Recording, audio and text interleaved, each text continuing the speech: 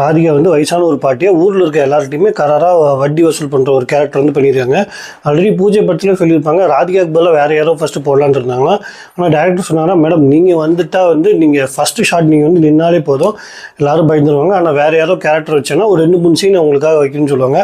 அதே மாதிரி ராதிகாங்கிற கேரக்டர் அந்த ப்ராஸ்தட்டிக் மேக்கப்பாலையும் அந்த கேரக்டருக்கு வந்து ஒரு உயிர் கொடுத்துருக்காங்க. அவங்கள தவிர வேறு யாராவது நடிச்சிருந்தால் மேபி இவ்வளோ பவர்ஃபுல்லாக இருந்திருக்குமே எனக்கு தெரியாது. ஸோ அந்த ஊரில் வந்துட்டு எல்லாருக்கிட்டையும் கராராக வசூல் பண்ணுறதுனால இந்த ஊரில் இருக்க யாருக்குமே அவங்களுக்கு பிடிக்கல. அவங்களுக்கு சொந்தமாக 2-3 மகன்கள் இருக்காங்க, அதுவுமே லேட்டராக தான் ரிவீல் பண்ணுவாங்க.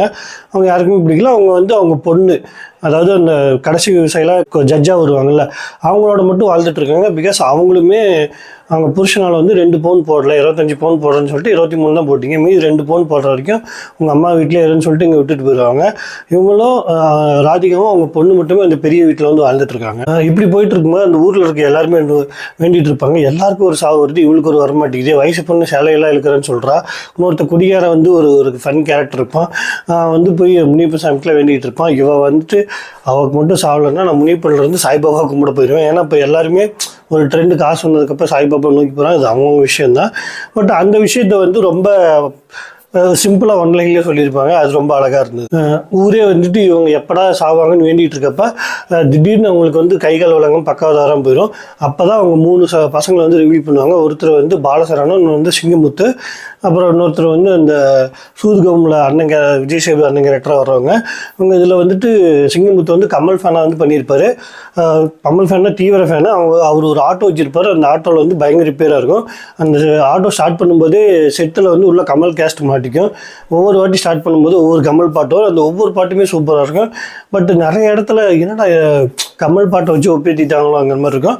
ஆனால் இன்டர்வலில் வர்ற அந்த சீனுமே கிளைமேக்ஸில் ஒரு 2 சீனுமே பயங்கர பிளாஸ்டாக இருக்கும். Because of Kamal.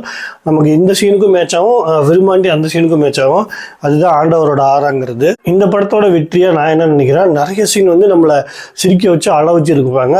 LCDன்னு சொல்லுவாங்க, லாஃபு க்ரை ட்ராமா. இது 3மே ஒர்க் அவுட் ஆகியிருக்குது இந்த படத்தில். நிறைய சீன்ஸை ஃபஸ்ட் ஹாஃபில் சிரிக்க வச்சுட்டே இருப்பாங்க. சின்ன சின்ன சீனாக இருக்கட்டும், அந்த ஒரு பஸ்ஸில் ஒரு ஸ்கூல் பிள்ளையை அடிக்கிறதா இருந்து 10 தலைமுறையாக இருக்குது இப்போ லவ் பண்ணிகிட்டு இருக்கேன்னு சொல்கிறதாகட்டும்.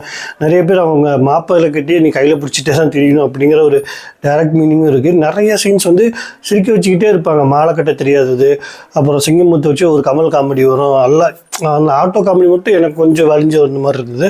பட் மீதி எல்லா இடத்துலையுமே ஒரு 2-3 சீனில் அளவு வச்சுருக்காங்க.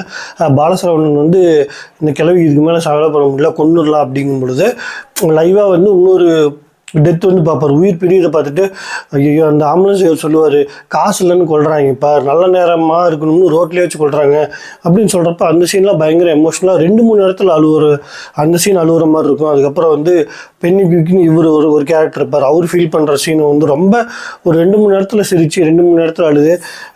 நிறைய லேடிஸ் வந்து தனியாக வந்திருந்தாங்க. எனக்கு தெரிஞ்சு காஞ்சனாக்கு அப்புறம் இவ்வளோ லேடிஸ் கூட்டம் வந்து நான் இப்படி தான் பார்க்குறேன். எனக்கு தெரிஞ்சு இந்த வருஷத்தோட முதல் ஃபேமிலி ஹிட் வந்து இதை தான் இருக்குன்னு நினைக்கிறேன். எல்லாம் முடிஞ்சு வந்து ராதிகா லாஸ்ட்டாக வந்துட்டு பொண்ணுங்க ஏன் தனியாக வரணும், நான் ஏன் அவ்வளோ கராராக இருக்கேன், புருஷன் இல்லாமல் நம்மளும் இண்டிபெண்ட்டாக இருக்க கற்றுக்கணும்னு சொல்கிற விஷயங்கள்லாம் சூப்பராகவே இருந்தது. நிஜமாகவே ஒரு ஃபெமினிஸ்ட் படம்னா அது இப்படி தான் இருக்கும். ஆனால் இவர் தான் வந்து ஆண் பாவம் பொல்லாததுக்கு டைலாக் எழுதுகிறவர். பிகாஸ் அவர் டைலாக் எழுதுறதுனால அது ரிலேட்டடாக அவர் ஸ்கிரிப்டுக்கு உண்மையாக இருந்திருக்காரு. பட் எனக்கு தெரிஞ்சு பசங்க பொண்ணுங்க ஒரு ஃபேமிலியாக மெயினாக பொண்ணுங்க வந்து இந்த படத்தை பார்த்து கற்றுக்கணும். அதுவும் அந்த பல்லாங்குழியை வச்சு வந்து ஒரு கிளைமேக்ஸில் ஒரு அட்வைஸ் பண்ணியிருப்பாங்க. சில பேர் சில ரிவ்யூவில் அட்வைஸாக இருக்குன்னு சொன்னால், ஆனால் எனக்கு கரெக்டாக இருந்தது. நீட்டாக ஒரு ஃபேமிலியாக இப்படி தான் இருக்கணும், இப்போ இருக்கிறவங்களை லீட் பண்ணுறதா இருந்தது. பிகாஸ் ஒரு சிட்டிக்குள்ளே இல்லாமல் ஒரு கிராமத்துக்குள்ளே எல்லாருக்குமே அவங்கவுங்க ஃபேமிலியில் இருக்கிற ஏதோ ஒரு கேரக்டர் வந்து எனக்கு எங்கள் பாட்டி ஞாபகம் இருந்துச்சு. ஏதோ ஒரு கேரக்டர் வந்து ரிமெம்பர் பண்ணுறக்கூடியதாக இருக்கும். கண்டிப்பாக ஒரு தியேட்டர் வாட்சபிள் தான். உங்களை சிரிக்க வச்சு அழ வச்சு யோசிக்க வச்சு அனுப்போம். கண்டிப்பாக மிஸ் பண்ணாமல் ஃபேமிலியோடு போய் பாருங்கள். மீண்டும் மற்றும் ஒரு ரிவ்யூவில் சந்திக்கலாம். தேங்க்யூ.